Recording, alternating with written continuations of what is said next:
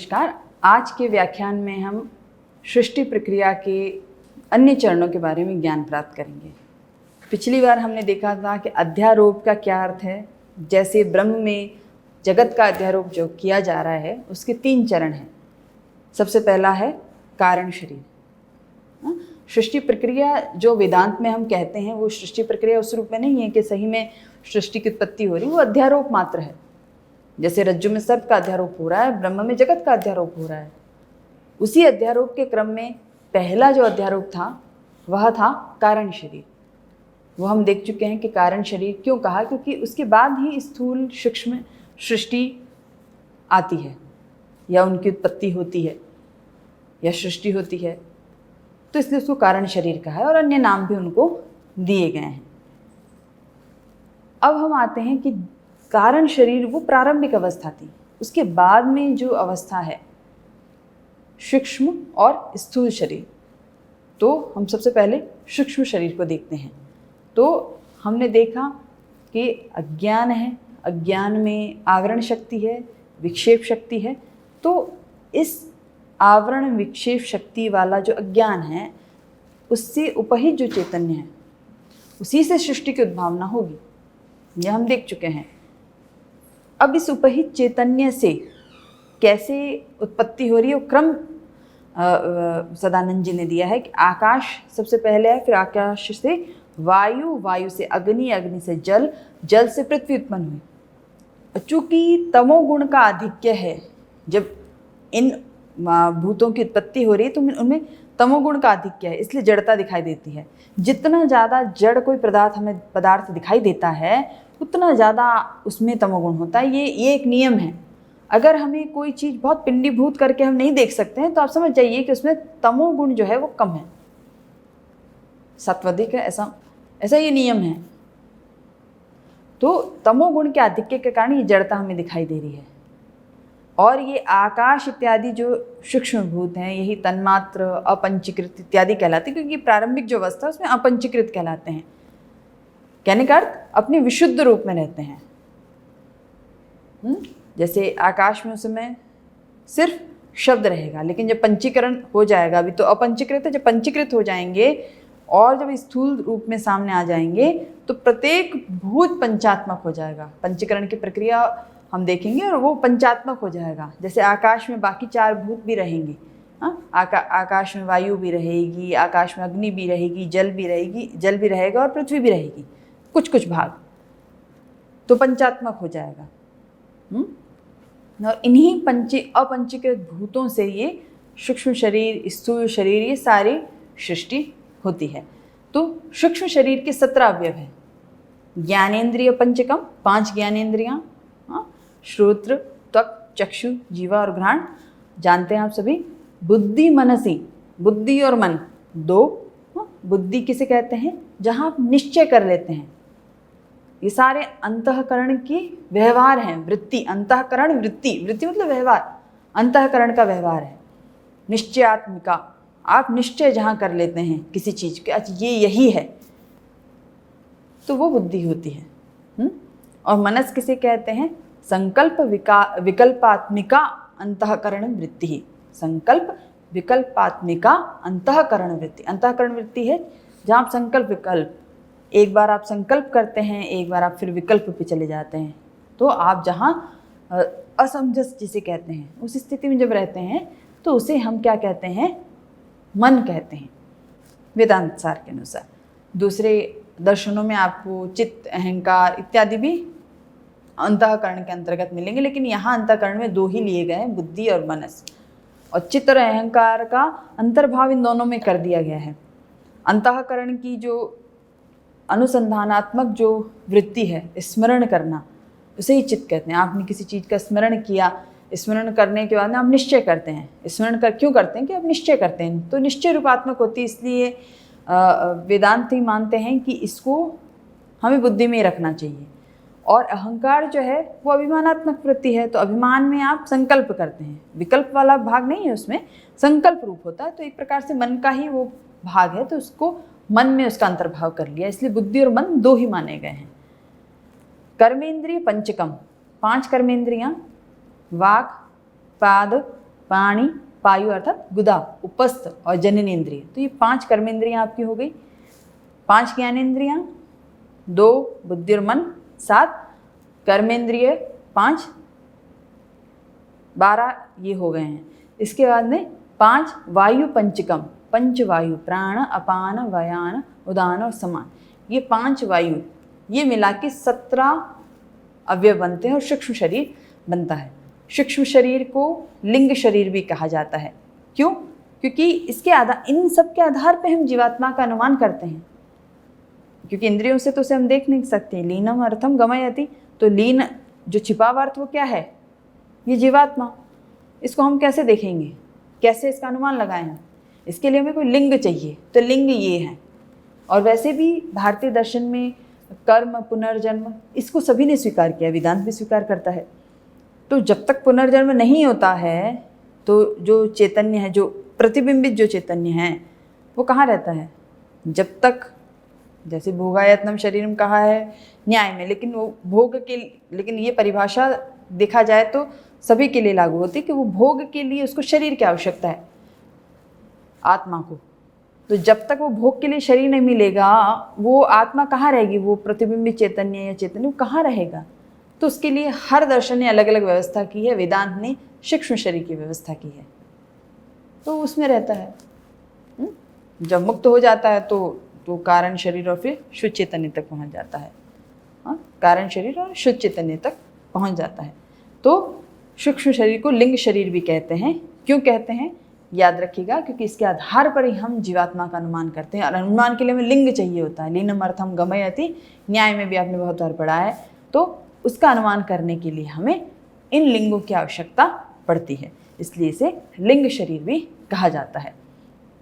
अब इसमें से ज्ञानेंद्रियां, मन, बुद्धि, ये सात्विक अंश से, आकाश इत्यादि जो भूत इनके सात्विक अंश से उत्पन्न होते। क्यों?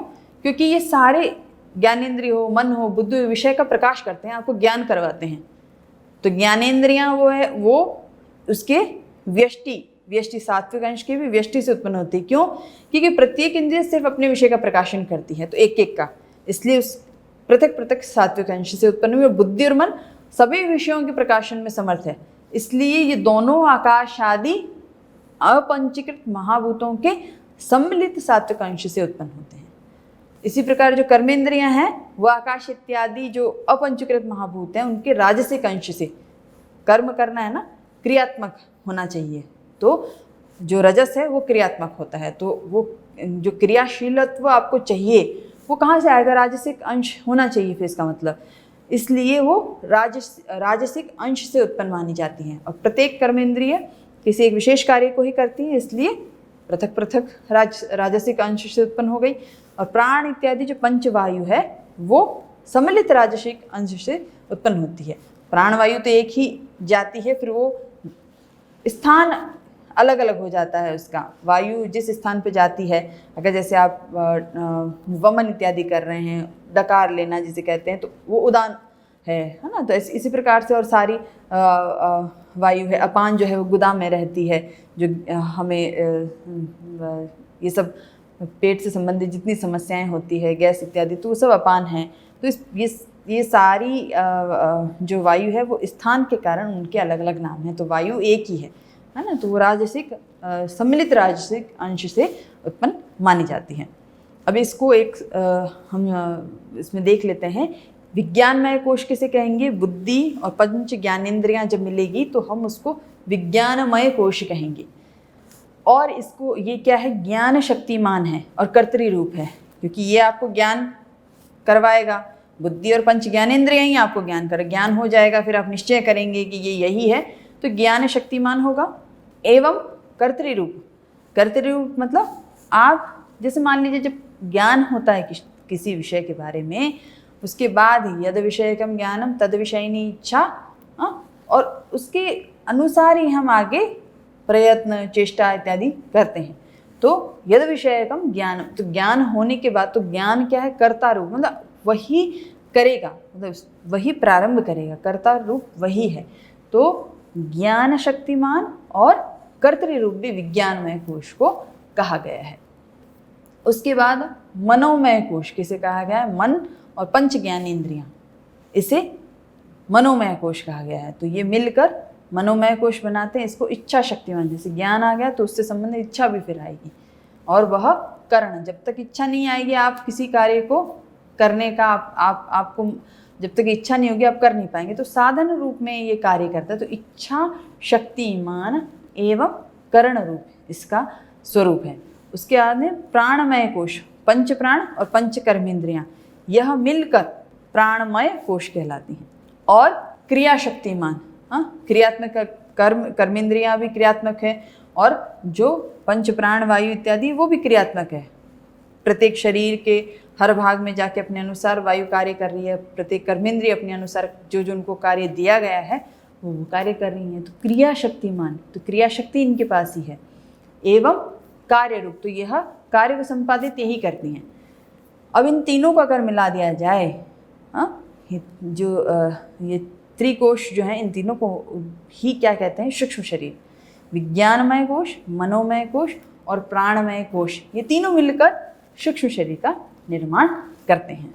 तो इन सूक्ष्म शरीरों की भी फिर समष्टि और व्यष्टि, और इससे उपहित जो चैतन्य है उसको क्या कहा जाता है? समष्टि से उपहित चैतन्य कहेंगे, हिरण्यगर्भ भी कह सकते हैं, सूत्रात्मा भी कह सकते हैं, प्राण भी कह सकते हैं, और तेजस भी कहा जा सकता है। इनके अन्य नाम भी हम पहले समष्टि स्तर पर देख लेते हैं क्या क्या है। सूत्रात्मा कहा, जैसे क्यों कहा? क्योंकि यह जो उपहित चैतन्य सभी प्राणियों में अनुस्यूत रहता है। सूक्ष्म शरीर सभी प्राणियों में है ना। तो यह जो उपहित जो चैतन्य सभी प्राणियों में है, व्याप्त है। जैसे एक सूत्र में, एक धागे में सभी मोती रहते हैं ना, पिरो के हम रखते हैं, तो वैसे ही यह उपहित जो चैतन्य है सभी प्राणियों में, सभी सूक्ष्म शरीरों में अनुस्यूत है ना। तो और हिरण्यगर्भ भी कहा है, जैसे माना गया सबसे पहले जल की उत्पत्ति हुई, फिर उसमें बीज डाला, फिर वो सूर्य के समान प्रकाशित हो गया, और फिर उस वो जो गर्भ था, मतलब वो अंडे के जैसा हो गया, और फिर उसमें से ब्रह्मा जी की उत्पत्ति हुई। तो वो इतना सूर्य के समान प्रकाशित हो, स्वर्ण जैसा लगने लग गया, तो सोने का अंडा या हिरण्य गर्भ कहा जाने लगा। तो उसी प्रकार यह जो सूक्ष्म शरीर की जो समष्टि से उपहित जो चैतन्य है उसको हिरण्य गर्भ भी कहा है। क्यों कहा है? क्योंकि ज्ञान शक्तिमान ये जो विज्ञानमय कोश है, यह क्या है? एक प्रकार से हिरणमय अंडा ही है। उससे अवच्छिन्न होने के कारण उसके अभिमानी जो चैतन्य है उसको हिरण्यगर्भ कहते हैं, क्योंकि वही प्रारंभ करता है। जैसे हमने पहले देखा कि ज्ञान होने के बाद में ही कर्तृ रूप है ना, तो प्रारंभ वही करता है। तो इस सृष्टि की जो उत्पत्ति हुई तो भी वो हिरण्यगर्भ, सोने के समान है ना, सुवर्ण का एक अंडा था, ऐसा लगता था। अंडा तो नहीं था, जल था, जल की सृष्टि हुई, उसमें बीज डाल दिया सबसे पहले, और उसके बाद में जो है वो ऐसा प्रकाशित हुआ सारी शक्तियों के तेज से कह लीजिए, या जो भी ये सब कारण थे उनसे वो ऐसा सूर्य के समान प्रकाशित हुआ कि वैसा लग रहा था स्वर्णमय अंडा है, और उसी से फिर ब्रह्मा जी की उत्पत्ति हुई। ऐसा ये हमारे शास्त्रों में ये प्रक्रिया मिलती है। तो उसी प्रकार से यहाँ ये जो ज्ञान शक्तिमान विज्ञानमय कोश है, यह कर्तृ रूप है, मतलब प्रारंभ यहीं से होता है। जो स्थूल सृष्टि हमें दिखाई दे रही है उसका प्रारंभ यहीं से होता है, इसलिए इसको हिरण्यमय भी कहा जाता है। और चूँकि ये स्थूल शरीर की अपेक्षा सूक्ष्म है, इसलिए इसको सूक्ष्म शरीर कहा जाता है। इसलिए नहीं कहा जाता कि छोटा होता है, छोटा बड़े का यहाँ विचार नहीं है। स्थूल की अपेक्षा सूक्ष्म है, इसलिए इसको सूक्ष्म शरीर भी कहा है। और इसमें जागरण काल में तो क्या रहते हैं? विषय रहते हैं। आप जागृत होते हैं तो आप विषयों का ज्ञान प्राप्त करते हैं, विषय आपके सामने होते हैं। जब आप स्वप्न अवस्था में होते हैं तो क्या होता है? उन जागृत विषयों की ही वासनाएं आपके सामने होती हैं। हम कहते हैं संस्कार कुछ रह गए, तो वासनाएं होती हैं, उसके कारण स्वप्न आता है। तो वासनाओं से युक्त होने के कारण, तो इसमें जागरण काल तो है नहीं, मात्र उसकी वासनाएं हैं, उसके कारण इसको स्वप्नावस्था भी कहा जाता है। उसके अलावा इसको लय स्थान क्यों कहा जाता है? क्योंकि जब प्रलय वाला समय आएगा तो स्थूल सृष्टि का लय इसी सूक्ष्म शरीर में होगा, क्रम यही है, इसलिए यह लय स्थान भी कहलाती है। तो ये समष्टि स्तर पे इसके नाम हुए। व्यष्टि स्तर पे भी नाम देख लेते हैं, तेजस कहा जाता है इसको। क्यों? क्योंकि अंतःकरण जो है वो क्या है? ज्ञान का प्रकाशक। हमने देखा कि अंतःकरण में जो बुद्धि है ये सब ज्ञान का प्रकाश करवाती, ज्ञान का निश्चय करवाती कि यह ज्ञान है। तो उस अर्थ में, तेजोमय अर्थ में इसको तेजस कहा गया है। और जैसा जिन कारणों से हमने समष्टि उपहित चैतन्य को सूक्ष्म शरीर कहा, विज्ञान में आदि कोशत्रय कहा, स्वप्नावस्था कहा, लय स्थान कहा, वही सब कारण यहाँ भी हैं और वही सब नाम यहाँ भी दिए जाएंगे। सूक्ष्म शरीर कहेंगे क्योंकि स्थूल की तुलना में ये सूक्ष्म है, उसकी तुलना में छोटा बड़ा विचार नहीं है, इसको ध्यान रखिएगा। और विज्ञान में आदि तीनों कोश हैं इसमें। स्वप्नावस्था इसीलिए है क्योंकि स्वप्नावस्था में सिर्फ वासनाएं रहती है जागरण काल की। और लय स्थान है। जिस प्रकार वन और वृक्ष, अब ये ध्यातव्य जो है वो ये है कि जैसे वन और वृक्ष तत्वतः इनमें कोई भेद नहीं है, हाँ? और वन और वृक्ष से आच्छादित जितना आकाश, आकाश मतलब जो स्थान है उसमें भी कोई भेद नहीं है। मान लीजिए आप एक कक्ष में बैठे हैं, उस कक्ष, मान लीजिए आपको मन किया कि पुनर्निर्माण करवाया जाए इस भवन का, तो आपने उस कक्ष को तोड़ दिया, तो जो साथ वाले कक्ष का जो आकाश था, जो स्थान था, वो इससे मिल गया। भेद तो नहीं है ना, अभेद है तभी मिल गया ना। तो उस वन और वृक्ष से आच्छादित जो आकाश उसमें अभेद है। ऐसे ही जल और जलाशय में भी अभेद है, पहली बात। और उसमें प्रतिबिंबित आकाश जो है उसमें भी अभेद है। उसी प्रकार ये जो सूक्ष्म शरीर की समष्टि या सूक्ष्म शरीर की व्यष्टि और उससे उपहित जो चैतन्य है, पहला तो इन दोनों सूक्ष्म शरीरों की जो समष्टि है, व्यष्टि, उसमें कोई भेद नहीं है। दूसरा, उनसे उपहित जो चैतन्य है, सूत्रात्मा या तेजस, उसमें भी भेद नहीं है, अभेदी है। सिर्फ चूँकि हमारा व्यवहार ऐसा है, समष्टि व्यष्टि, इसलिए यह विभाजन किया गया है। तो नाम इसलिए हमने देख ली कि व्यष्टि स्तर और समष्टि स्तर पे क्या है, लेकिन ध्यातव्य जो ये है कि सूत्रात्मा और तेजस में तत्वतः कोई भी भेद नहीं है। अब हम स्थूल शरीर के बारे में देखते हैं कि स्थूल शरीर किसे कहते हैं। जैसे हमने शुरू में ही देखा था कि जो सूक्ष्म भूत है, अपंचीकृत है उस अवस्था में, जब सृष्टि की प्रक्रिया है, उसी प्रक्रिया में ही वो पंचीकृत हो जाते हैं। और जब पंचीकृत होते हैं तो स्थूल बन जाते हैं, स्थूल भूत हो जाते हैं। तो पंचीकृत होना, इसका क्या अर्थ है कि पंचीकृत हो गए? तो पंचीकृत होने का अर्थ है कि ये पांचों का परस्पर सम्मिश्रण होता है। कैसे होता है? ये प्रक्रिया है, पंचीकरण की प्रक्रिया है। ग्रंथ में आपको जो मिलेगा वो आप वैसे पढ़ सकते हैं, लेकिन प्रक्रिया क्या है ये समझ लीजिए। सबसे पहला चरण है कि आपने मान लीजिए किसी एक भाग को उठाइए। मान लीजिए आपने पृथ्वी को लिया या आकाश को लिया, हाँ, आपने सबसे पहले इस भूत को दो समान भागों में बांटा, तो एक भाग, दूसरा भाग। अब इस एक भाग को आपने अलग मतलब अगर ऐसे बांटेंगे तो पहले तो 10 भाग हो गए। सबसे पहली बात कि प्रत्येक को हम 2 भागों में बांट रहे हैं, तो ऐसे 2-2 करते करते हमारे पास में 5 गुना 2 कितना हो गया? 10। तो 10 भाग हमें मिल गए 5 महाभूत से। अब उनमें से जो पहला जो 5 भाग है ना, उसमें से उसके समान भाग करेंगे, इसको अलग रख देंगे एक भाग को। जो बचा हुआ आधा भाग है उसके 4 भाग करेंगे। वो जब 4 भाग करेंगे तो कितना बनेगा? 1/8, 1/8। तो अष्टमांश होगा उसका 1/8, 1/8। तो आपने आधा आकाश आधा किया आकाश, आधे आकाश को अपने साइड रख दिया, फिर उसके 1/4, 1/8, 1/8, 1/8 करके 4 भाग करेंगे। तो जब आप वो पूरा जोड़ेंगे तो एक आएगा। तो ये ध्यान रखना। तो दूसरा चरण हुआ कि आपने इसको समान बांट लिया। जो पहला एक भाग था, एक भाग को तो आपने साइड रख दिया, तो 5 भाग तो आपके बिल्कुल साइड में पड़े हैं। ये जो भाग है इसको आपने 4 समान भागों में बांट लिया।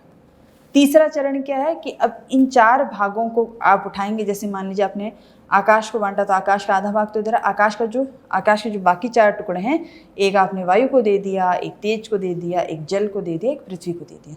ऐसे वायु को आपने बांटा तो वायु का आधा भाग अलग रख दिया, उसके जो 4 भाग थे आपने एक आकाश को दे दिया, एक तेज को दे दिया, एक जल को दे दिया, एक पृथ्वी को दे दिया। ऐसे ही समस्त पदार्थों भूतों के साथ में आप करके देखिएगा। मतलब आप अपने हिसाब से भी कर इसको समझिएगा।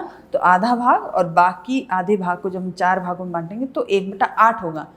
1/4, 1/2 ऐसा कुछ नहीं होगा। 1/2 करेंगे तब तो वो 1 से ज़्यादा हो जाएगा, 2.5 बन जाएगा। उसका जो जोड़ करेंगे 1/2 करेंगे तो हम 2.5 हो जाएगा उसका।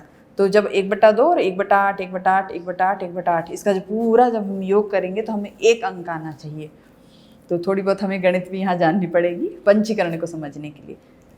तो प्रथम चरण 2 भागों में बांटना। द्वितीय चरण जो एक भाग अर्ध भाग उसको आप साइड कर दीजिए, दूसरे को आप 4 भागों में बांट लीजिए समान, और फिर इन 4 भागों को दूसरे जगह भेज दीजिए, दूसरे भूतों के साथ भेज दीजिए। उसके पास में अपना आधा भाग तो है ही, उसने वो बाकी भाग को दूसरों के साथ में साझा कर लिया, ऐसा है। इसको एक चित्र के माध्यम से देख सकते हैं। इसको आधा कर लिया भूत आकाश को, फिर उसके 1/8 1/8 1/8 हो गए। 1/8 आपने उठा के एक भूत को दे दिया, मान लीजिए वायु को दे दिया, फिर 1/8 उठा के जल को दे दिया, 1/8 उठा के आपने तेज को दे दिया, फिर 1/8 आपने पृथ्वी को दे दिया। ऐसे पृथ्वी का करेंगे, वो भी आधा अपना रख लेगी, बाकी 1/8 के जो 4 भाग है दूसरों को दे देगी। तो सारे आपस में मिश्रित हो गए। अब हम अगर ये सोचें कि पंचीकरण की जो प्रक्रिया है ये अचानक से ही वेदांत के प्रकरण ग्रंथों ने दी है, या इसको कैसे प्रमाणिक माने, क्या ऐसा होता है? तो हमें इसका जो श्रुति में जो हमें प्रमाण मिलता है वो छांदोग्य उपनिषद में मिलता है। वहाँ त्रिविधकरण का वर्णन आता है। वहाँ आकाश और वायु को नहीं लिया गया, क्योंकि वो मानते हैं कि आकाश क्योंकि सबको अवकाश देता है तो सब जगह विद्यमान है, तो उसको अलग से क्या माने। या वायु जो है वो समस्त चेष्टाओं के कारण, मतलब सारी जो क्रियाएं हमारे शरीर में हो रही हैं या जगत में हो रही है, वो वायु के कारण हो रही है। एक से दूसरे स्थान पर जो जा रही हैं, जो चेष्टाएं हो रही हैं उसके कारण ही हो रही है। तो सभी में समान है, इसलिए अलग से उनको नहीं मान के पृथ्वी जल तेज में ही अंतर्भाव कर लिया है। तो यह अप्रमाणिक नहीं, ऐसी शंका नहीं होनी चाहिए। तो अब आपको समझ आ गया कि पंचीकरण क्या है। सभी भूतों में अन्य भूतों का, है ना, 1/8 अंश आप मिला देंगे और स्वयं का उसका अर्धांश है ही।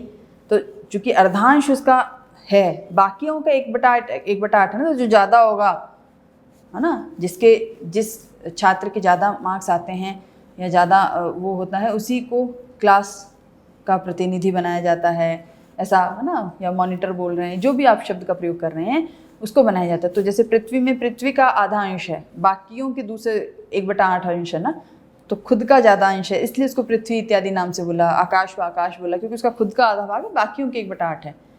तो इस पंचीकरण की प्रक्रिया में आकाश में शब्द भी हो गया, फिर वायु में शब्द और स्पर्श, अग्नि में शब्द स्पर्श रूप, जल में शब्द स्पर्श रूप रस, पृथ्वी में शब्द स्पर्श रूप रस गंध सारे अभिव्यक्त होते हैं। ये पंचीकरण की प्रक्रिया के बाद में जब वो पंचीकृत हो जाएंगे। अब इन पंच महाभूतों से क्या है कि सारा लोक ब्रह्मांड, हाँ, जितना लोक है वो ब्रह्मांड में है ना, और उसके अंदर फिर चतुर्विध शरीर, इन सब की उत्पत्ति होती है। तो लोक कौन कौन से? 14 लोक बताए गए हैं, 7 ऊपर 7 नीचे। भू भुव स्वः मह जनः तपः सत्यम, ये 7 ऊपर लोक है और 7 नीचे भी हैं। तो पाताल इत्यादि तो हमने अपने बचपन में भी सुने हैं, अन्य लोक हमने नहीं सुने हैं, जैसे अतल, वितल, सुतल, रसातल, तलातल, महातल, पाताल, ये 7 नीचे के लोक है। तो ये 14 लोक हो गए। तो ये सारे पंचीकरण के बाद में आ रहे हैं, इन्हीं पंच महाभूतों से ये सारा फिर उत्पत्ति हो रही है। उसके बाद में इनका जो आधार है वो ब्रह्मांड, उसको यहाँ मैंने अलग से पॉइंट में नहीं लिखा, लेकिन वो इन सारे लोकों का जो आधार है ब्रह्मांड। उसके बाद में जो चतुर्विध शरीर हैं और उनकी जो भोग के लिए अन्न इत्यादि है, वो सब इस ब्रह्मांड में ही उत्पन्न होते हैं। फिर चतुर्विध शरीर है, जरायुज, जो गर्भ इत्यादि से जो उत्पन्न हो रहे हैं, मनुष्य इत्यादि जो इसमें, अंडज जो अंडे से उत्पन्न हो रहे हैं, पक्षी इत्यादि, उद्भिज वृक्ष इत्यादि जो हैं, स्वेदज जो पसीने से जो उत्पन्न होते हैं, जूं कीट इत्यादि। तो इन सब ये चतुर्विध शरीर हैं। इतने आप देखिए कि उनको ये सब भी ज्ञान अगर हम कहें तो वेदांती जो थे उनको ये सारे जो विज्ञान आज हम कह रहे हैं इन सब का विज्ञान था। इन्हीं 4 श्रेणियों में सारे जगत के प्राणी आ जाते हैं, इन्हीं 4 श्रेणियों में। कितना भी आप बांट लीजिए, इन्हीं 4 श्रेणियों में आएंगे। तो यह समस्त प्रकार की जो स्थूल जो सृष्टि है उसको भी फिर हम समष्टि व्यष्टि फिर से हम वही विभाजन करेंगे। अब इस स्थूल सृष्टि का हम समष्टि स्तर पे देख लेते हैं क्या क्या कहते हैं। तो जो स्थूल शरीरों की जो समष्टि है उससे उपहित चैतन्य को हम वैश्वानर कहते हैं। क्यों? क्योंकि सभी मनुष्यों का अभिमानी, मतलब सभी से स्वयं को संबंधित मानता है ना, सभी का समूह कर लिया ना, इसलिए जितने मनुष्य हैं उन सब का समूह, तो उन सब से संबंधित है, इसलिए इसको वैश्वानर, विश्व मतलब सभी, तो वैश्वानर उसी से बना है। फिर चूँकि ये नाना रूपों में, मतलब कोई भी स्वरूप हो इस सृष्टि का, वृक्ष हो, जीव हो, कुछ भी हो, सभी में ये विराजमान होने का विराट भी कहलाता है। और चूँकि स्थूल जो शरीर है, स्थूल जो सृष्टि है, वो अन्न का विकार है और वो चैतन्य को कोश के समानता आच्छादित कर ही रखा है, तो इसलिए अन्नमय कोश कहेंगे। और स्थूल भोगों का यह आधार है, इसलिए इसको स्थूल शरीर। और इंद्रियों इत्यादि के द्वारा आपको विषयों का ज्ञान हो रहा है, तो इसलिए इसको जागृत अवस्था कहेंगे। जागृत अवस्था कहने का अर्थ ये है कि आपको विषयों का ज्ञान हो रहा है। स्वप्न में उन्हीं जागरण अवस्था के जो विषय हैं उनकी वासनाओं के माध्यम से ज्ञान होता है, तो वो स्वप्न अवस्था कहलाती है।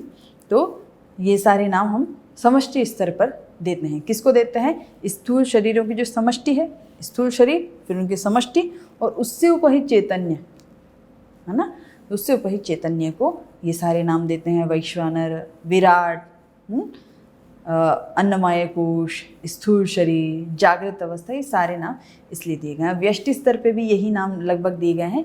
एक जो मुख्य नाम विश्व जो दिया है उसका कारण क्या है, मतलब किसको दिया है विश्व नाम? स्थूल शरीरों की व्यष्टि से उपहित चैतन्य को विश्व कहा। क्यों? क्योंकि यह क्या करता है, सूक्ष्म शरीर या कारण शरीर की सारी उपाधियों के अभिमान के साथ ही स्थूल शरीर में प्रवेश करता है, उन उपाधियों को छोड़ता नहीं है। तो इस कारण से इसको विश्व कहा जाता है, मतलब सबको लेके चलना। विश्व मतलब समस्त, तो समस्त उपाधियों को लेके यह स्थूल शरीर में प्रविष्ट होता है, इसलिए इसको विश्व कहा गया है। बाकी स्थूल शरीर, अन्नमय कोश, जागृत, ये सब तो इसको कहा ही है। अब एक जो मुख्य बात है कि जैसे वनों का बहुत सारे वनों को मिला जाए तो महावन, अमेज़न जिसको कहते हैं, उसी प्रकार कारण शरीर, सूक्ष्म शरीर, स्थूल शरीर, इन सब को मिला देंगे अगर, तो एक महान सृष्टि, महान प्रपंच ऐसा बन जाएगा, ऐसा कहलाएगा। लेकिन ये तो 3 अवस्थाएं हो गई, कारण शरीर, सूक्ष्म शरीर, स्थूल शरीर, ये हमने जाना। अब जो ये सारा क्या है, अज्ञान और अज्ञान से उपहित चैतन्य चल रहा है ना। उस अज्ञान के कारण ही ये इन सब सृष्टियों की उद्भावना हो रही है। हाँ, लेकिन उद्भावना हो कहाँ रही है? उस ब्रह्म में, जो कि इनसे अनुपहित है। तो अज्ञान और अज्ञान से उपहित चैतन्य का आधार क्या है? अनुपहित चैतन्य, उनसे उसको कोई प्रभाव नहीं पड़ रहा ज्ञान इत्यादि से। तो वह चैतन्य क्या है? तुरीय अवस्था, चतुर्थ अवस्था जिसे कहते हैं, वो है। चतुर्थ कहाँ से? स्थूल, क्योंकि हम स्थूल ही जगत में ज़्यादा अपने आप को समझ पाते हैं, तो यह हमारी समस्या है, वेदांतियों की समस्या नहीं। तो वो स्थूल से अगर मानेंगे तो स्थूल, सूक्ष्म, कारण और तुरीय अवस्था, शुद्ध चैतन्य। इस प्रकार इस शुद्ध चैतन्य में ही कारण शरीर, सूक्ष्म शरीर और स्थूल शरीर का अध्यारोप किया जाता है। जैसे रज्जु में सर्प का अध्यारोप किया जाता है, तो अध्यारोप किसे कहा जाता है? ये रज्जु हो गई ब्रह्म, और ये कारण शरीर, सूक्ष्म शरीर, स्थूल शरीर, ये सर्प, उसी का तो हम अध्यारोप कर रहे हैं, है ना। तो वस्तु में अवस्तु का जो आरोप हम कर रहे हैं उसे अध्यारोप कहते हैं। कहीं भी अगर ऐसा होगा उसे अध्यारोप कहा जाएगा। ब्रह्म में इस जगत का, ज्ञान इत्यादि सकल जड़ समूह का जो है आरोप करना अध्यारोप कहलाता है। इसके साथ ही हमने कारण शरीर, सूक्ष्म शरीर, स्थूल शरीर और तुरीय अवस्था, शुद्ध चैतन्य, ये सारी अवस्थाओं को जानते हुए सृष्टि प्रक्रिया को जाना, अध्यारोप को जाना। इसके आगे हम अपवाद इत्यादि के बारे में भी ज्ञान प्राप्त करेंगे। आज के इस व्याख्यान में इतना ही। नमस्कार।